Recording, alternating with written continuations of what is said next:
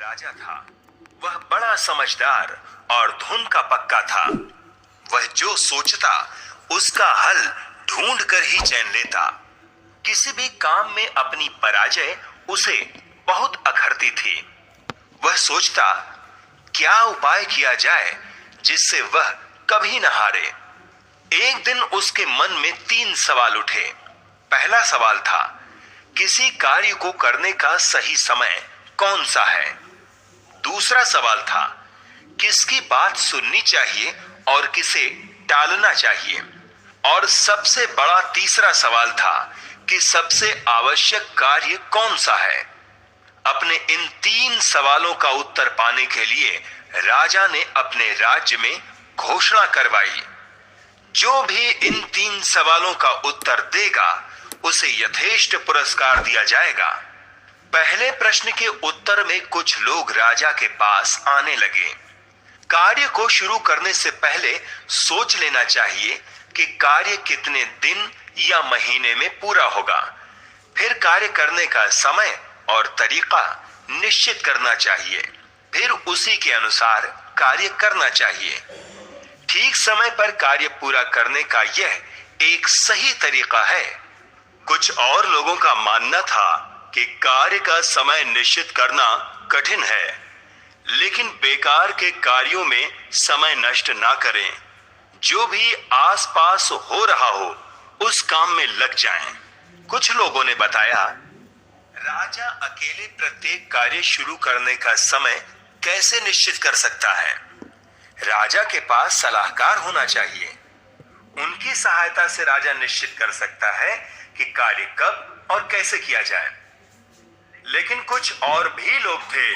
उनका कहना था, हर कार्य का समय पहले से सोचना कठिन है। आलस्य में समय न बिताएं।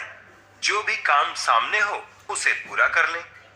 किसी ने कहा कि कभी कभी सलाह लेने का समय ही नहीं होता, जबकि जवाब तुरंत चाहिए। इसलिए उत्तर केवल जादूगर ही दे सकते हैं। बस वे जादू से सब कुछ जानकर राजा को बता देंगे। इसी तरह दूसरे सवाल के भी कई जवाब थे। कुछ लोगों का कहना था कि राजा के लिए सलाहकार बहुत जरूरी होते हैं। कुछ पुजारी और कुछ वैद्य को जरूरी बता रहे थे। किसी ने राजा के लिए सबसे अधिक आवश्यक सैनिकों को माना। तीसरे प्रश्न के भी कई उत्तर थे। प्रश्न था, सबसे जरूरी कार्य कौन सा है। कुछ ने कहा ज्ञान विज्ञान, तो कुछ ने कहा रणनीति, किसी और ने कहा दान धर्म। सारे उत्तर अलग अलग थे। राजा को एक भी उत्तर सही नहीं लगा। राजा ने सुना था कि पास के जंगल में वर्षों से एक साधु तप कर रहे हैं। वे केवल साधारण जनों से मिलते हैं। उनके ज्ञान की चर्चा बड़े दूर दूर तक थी। अपने सवालों के जवाब पाने के लिए राजा ने उनसे मिलने का निश्चय किया। दूसरे दिन राजा ने राजसी वस्त्र उतारकर साधारण कपड़े पहने। कुछ अंगरक्षकों को साथ लिया। घोड़े पर सवार होकर राजा जंगल की ओर चल दिया। काफी देर बाद पेड़ों के झुरमुट में उसे साधु की झोपड़ी दिखाई दी। राजा घोड़े से उतर गया। उसने अंगरक्षकों को वहीं खड़े रहने का आदेश दिया और पैदल ही साधु के पास पहुंचा।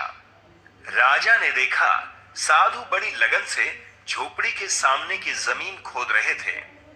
उनका शरीर दुबला पतला था। कुदाल से खोदते समय वे जोर जोर से सांस ले रहे थे। राजा को पास आता देखकर साधु रुक गए। उन्होंने राजा को अभिवादन किया और फिर अपने काम में लग गए। राजा बोला, मैं आपके पास अपने कुछ प्रश्नों के उत्तर पाने की आशा से आया हूं। राजा ने तीनों सवाल साधु को बताए। सवाल सुनकर साधु ने कोई जवाब नहीं दिया। वे काम में जुटे रहे।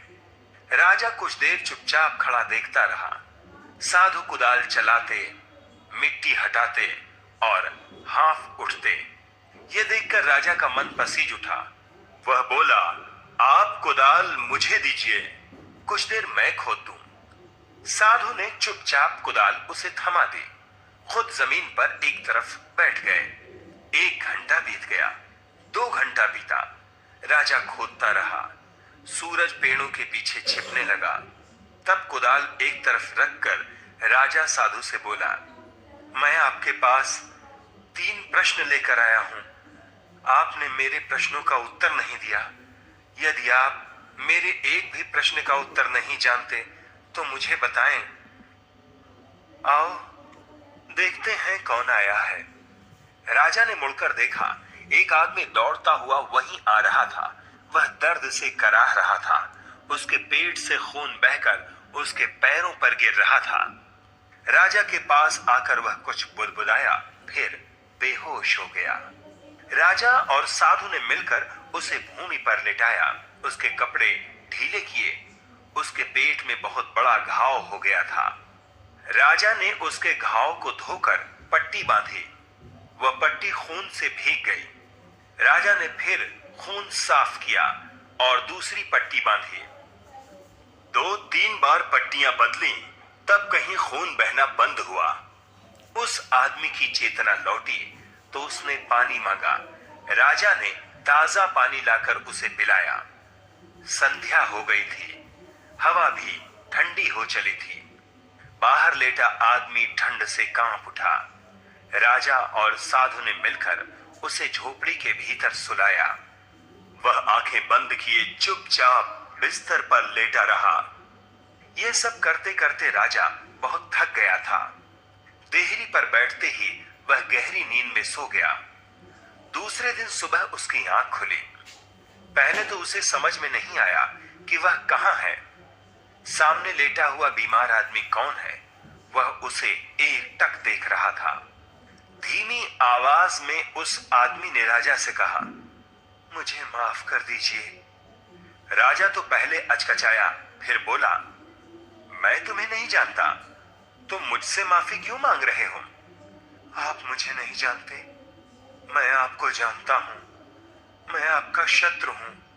आपने मेरे भाई को फांसी की सजा सुनाई थी। उसकी संपत्ति जब्त कर ली थी। मैंने तभी आपसे प्रतिशोध लेने की कसम खाई थी। मुझे मालूम हुआ कि आप साधु के पास अकेले आए हैं। मैंने सोचा था जब आप वापस लौटेंगे तब मैं आपकी हत्या कर दूंगा, लेकिन पूरा दिन बीतने पर भी आप नहीं लौटे। जब मैं आपको खोजता हुआ इस तरफ आ रहा था, आपके अंगरक्षकों ने मुझे पहचान लिया। उन्होंने मुझे मारने की कोशिश की, पर मैं बच गया। अगर आपने मेरी मरहम पट्टी ना की होती तो मैं मर ही गया होता। आपने मेरी जान बचाई है।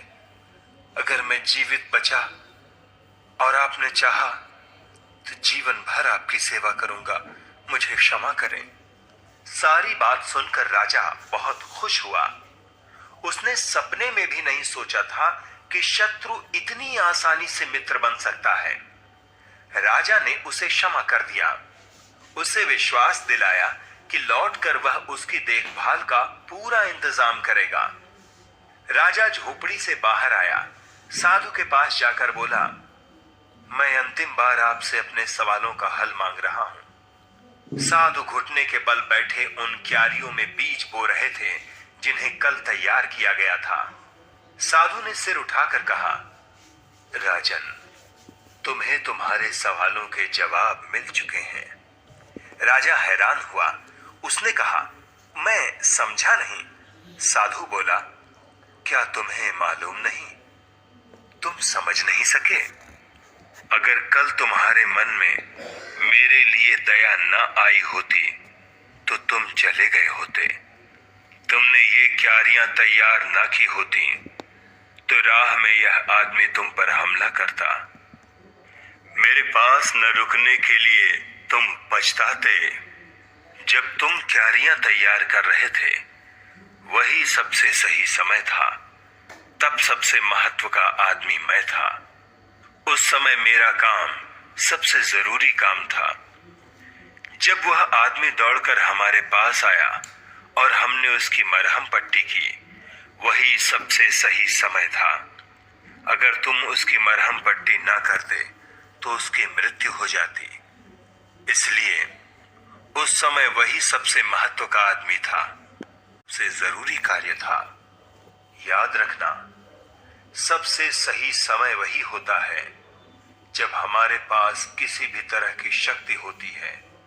सबसे महत्व का आदमी वह होता है जिसके साथ हम होते हैं। कोई नहीं जानता कब क्या होगा। सबसे जरूरी काम है अपने सामने संकट में पड़े आदमी की सहायता करना। हमें जीवन इसलिए मिला है कि दूसरों के काम आए, इसी में जीवन की सफलता है। इतना कहकर साधु चुप हो गए। साधु का उत्तर पाकर राजा को संतोष हुआ। राजा ने आदर से उनको प्रणाम किया और उनसे विदा लेकर अपने महल की ओर चल पड़ा।